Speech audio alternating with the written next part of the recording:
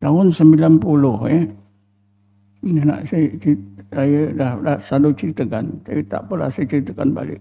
Ada yang tak dengar. Tahun 90 ada seorang tokoh ulama Wahhabi di Malaysia. Bila dia bersyarah di mana-mana, dia kotok habis-habis, dia sesatkan habis-habis tarekat. Ada seorang ustaz, namanya Ustaz Salim. Saya kenal sikit-sikit ya Ustaz Salim. Ustaz Salim ni sangat geram pada Ustaz Wahbi ni. Geram sangat. Asyik dikotok, diejek, disesatkan tarekat. Jadi Ustaz Salim tu ajak saya bertemu ulama ni. Saya pun pergilah. Bertiga, saya, Ustaz Salim dan seorang lagi kawan saya. Namanya Meja Majid. Meja Majid ni dia ikut tarekat Naqsabandiyah juga. Saya bertiga jumpa ulama Wahhabi ni di pejabat dia. Memang saya cakap terang-terang. Saya datang ni nak terangkan kesilapan Ustaz tentang tarekat. Ustaz selalu kecam tarekat, hina tarekat, sesatkan tarekat. Saya berempat tu berbincang 4 jam. Daripada jam 9 sampai jam 1. Rupanya betul orang Wahhabi ni bodoh. Dia tak tahu pun apa itu tarekat, dia tak tahu. Yang dia tahu tarekat ni diamalkan oleh orang-orang zaman sekarang. Zaman Rasulullah tak ada tarekat. Tak ada. Bincang-bincang tuan-tuan selama 4 jam. Macam boleh saya sebut dia sangat keras. Memang salah satu sifat Wahhabi ialah keras. Sangat keras. Sikit pun dia tak mau betul angsur. Ustaz Wahhabi ini dia tetap mengatakan zaman Rasulullah tak ada tarekat. Saya dah cakap macam-macam. Akhir sekali tuan-tuan di hujung tu, kira-kira setengah jam. Nak sampai jam 1, saya dapat idea. Saya tanya Ustaz Wahhabi ini, Ustaz, kalau seorang itu menafikan satu titik dalam Quran, misalnya Bismillah titik ba itu bukan Quran, apa hukumnya? Dia kata hukumnya tak keluar Islam. Kalau satu ayat, kalau satu ayat lagi teruk lah. Kalau 2 ayat, lagi teruk. Kalau banyak ayat, banyak lagi teruk. Confirm lah dia terkeluar Islam, jadi kafir. Ustaz pegang ke hukum ni? Pegang. Memang saya pegang. Sekarang macam ni Ustaz. Cuba saya baca 2 ayat. Saya bacalah.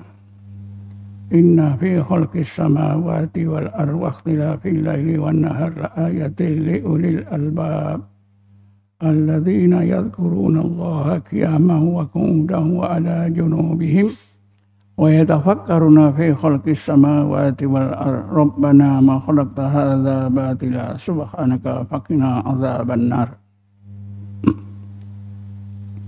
Ustaz percaya tak ayat ni? Percaya. Kalau tak percaya, berarti Ustaz terkeluar Islam kan? Ya. Percaya pada 2 ayat ini, bukan bermakna ayat ini saja. Apa yang terkandung di dalam ayat ini mesti kita percaya. Apa yang Allah terangkan dalam dua ayat ini mesti kita percaya. Kalau kita tak percaya, berarti kita menolak dua ayat ini. Iyalah. Saya pun tanya. Sekarang macam ni. Di dalam ayat ini, Allah sebutkan golongan ulul albab. Ulul albab ini Allah tegaskan mereka itu sentiasa berzikir dan tafakur dalam apa juga keadaan hidup mereka, berdiri, duduk, berbaring. Saya pun tanya, ada tak orangnya yang digelarkan oleh Allah ulul albab sentiasa zikir dan tafakur sepanjang masa seperti ini? Ada tak Ustaz? Dia tak jawab ya. Lalu saya kata, tentulah ada. Kalau tak ada, Quran ni bohong.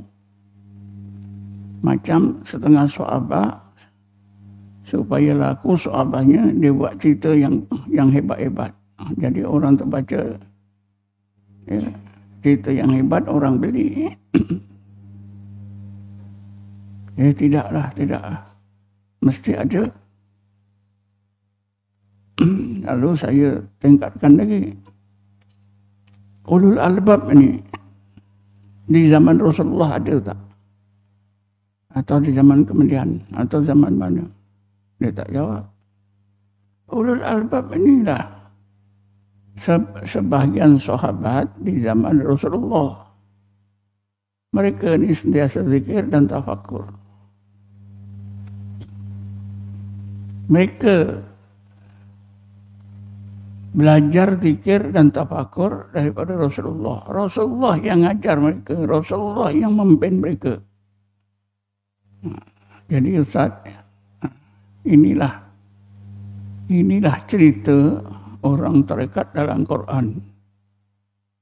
Golongan orang tarekat yang pertama yang Allah ceritakan dalam Quran ialah sebahagian sahabat diajar oleh Rasulullah zikir dan tafakur. Allah abadikan cerita mereka dalam ayat 190 hingga 191 surah Al-Imran. Dia pun terperanjat. Pendek cerita tuan-tuan ialah rupanya ada orang tarekat dalam Quran, ada ceritanya. Selama ni saya tak tahu. Saya pun simpulkan. Sebab itu mulai sekarang Ustaz jangan kecam-kecam. Jangan ejek-ejek. Jangan sesatkan tarekat. Kalau Ustaz sesatkan tarekat, berarti Ustaz sesatkan amalan yang Allah ajar kepada Rasulullah, yang Rasulullah ajar kepada sahabat, yang sekarang ini dinamakan dengan ilmu dan amalan tarekat. Karena ayat ini membuktikan bapa ilmu tarekat ialah Rasulullah. Rasulullah yang mengajar para sahabat ilmu dan amalan tarekat. Cuma pada masa itu nama-nama tarekat ini tidak wujud. Lalu ulama tasawuf kemudiannya mengistihadkan. Saya cerita. Alhamdulillah tuan-tuan, orang Wahbi ini, ulama Wahbi ini diakur. Alhamdulillah, dia kata terima kasih. Selama ni saya tak terfikir, tak nampak. Asal apa tuan-tuan? Tak terfikir, tak nampak.